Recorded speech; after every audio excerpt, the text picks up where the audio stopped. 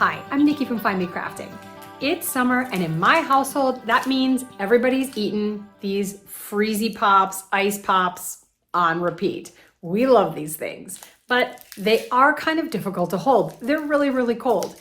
For years and years, we've been eating these using handmade ice pop sleeves, and we've perfected the design. I'm going to show you how to make the best ice pop sleeve. You pop one of these things on, and suddenly it's not so uncomfortable to hold the ice pop anymore. Let me tell you why this is the best design.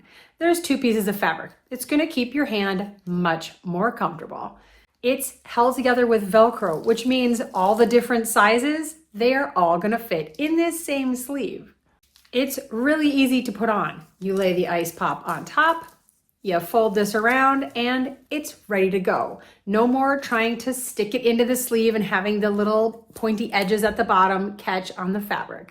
And it's open at both ends. So as you're eating your treat, you can push the sleeve up so that you're not trying to have it down here and push your treat up here toward the end. These require very, very little fabric. They're a fantastic, scrappy little sewing project, and they take less than 10 minutes to make, making these perfect for kids, grandkids, to make for family barbecues or birthday party favors. They'd also be great to sell at summer craft fairs. And because they are a very quick, very easy, beginner-friendly project, you can whip up a ton of these in no time. Come on, I'll show you how. Let's talk about supplies.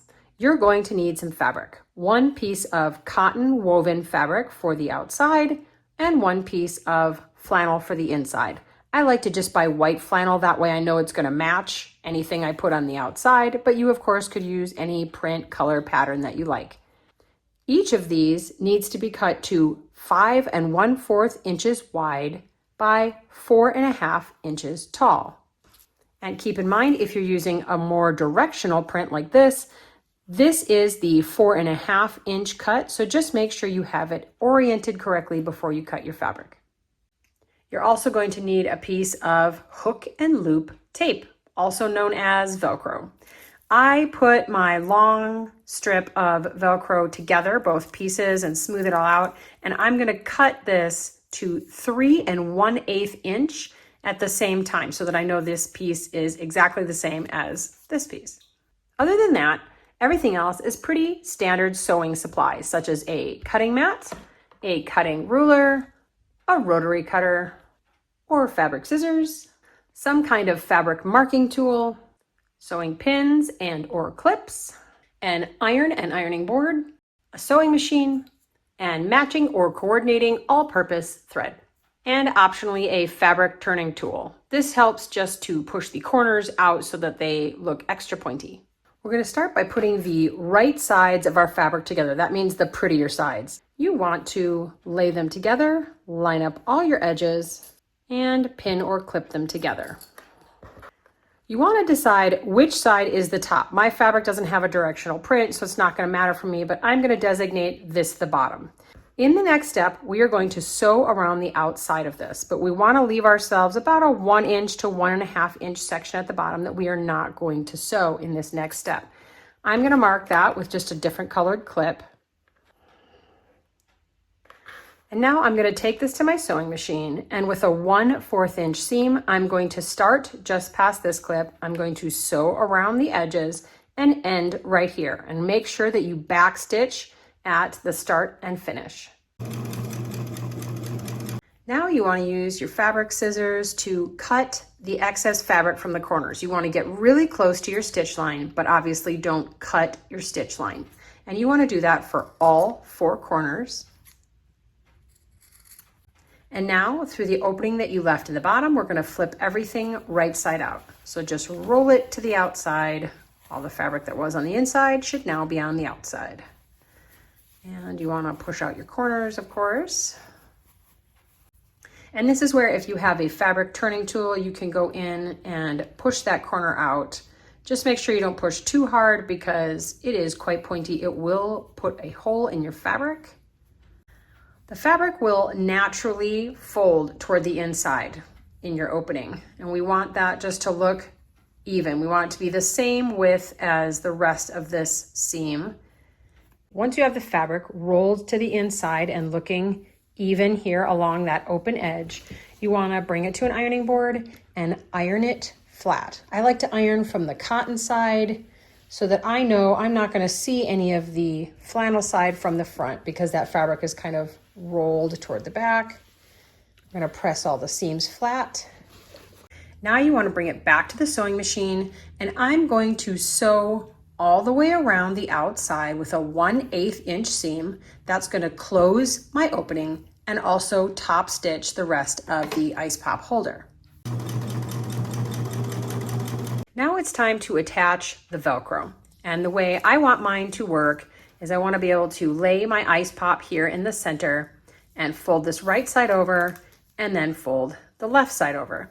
And if you have a smaller ice pop, then you're going to be tightening so that there's more of this top piece overlapping. It'll come out and kind of extend. So I want to put the softer fuzzy side over here on the left. So if any of it is hanging over or extending, it's the soft side, not the prickly side. So when you're holding it, it's more comfortable.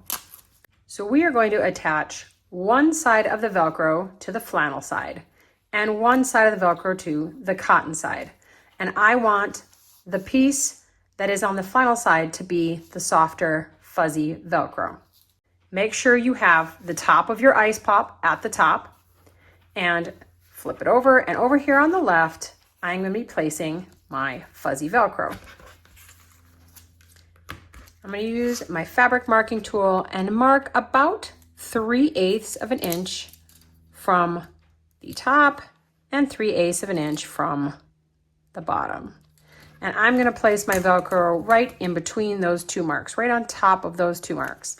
And I would love if my seam for the Velcro was also aligned with the seam that I just made in my top stitching. So I'm going to try to put this edge of the Velcro right on top of that line. I am just going to get this positioned exactly where I want it. It's kind of hard to see on the white flannel, but it is there. It's really close to my edge of my fabric, which is what I want as well. And I'm just going to use some clips to hold that in place. So now I'm just going to take this to the sewing machine and I am going to sew around the outside of my Velcro, trying to just sew it on this little lip here. And I'm going to sew all the way around that rectangle. The fuzzy side of my Velcro is attached to the left side.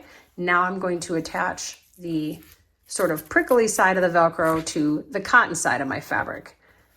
I am once again going to mark 3/8 of an inch from either end. This just helps me center it up. I'm going to place my Velcro down. Same deal. I am hoping to sew the Velcro on using that same stitch line that I did for my top stitch. If you don't get it right on that, it's not a big deal. It's just for aesthetic reasons. And I'm going to clip this in place. And I'm going to take this to my sewing machine and once again sew around the outside of my Velcro rectangle. And that's it. You can test out your Velcro, make sure it's lined up and working properly, and your ice pop sleeve is ready for use. These things are perfect for long pool days, family barbecues, or just a Tuesday afternoon popsicle on the porch. Grab some fabric scraps and your sewing machine and make a batch today. You'll wonder how you ever lived without them. Happy crafting!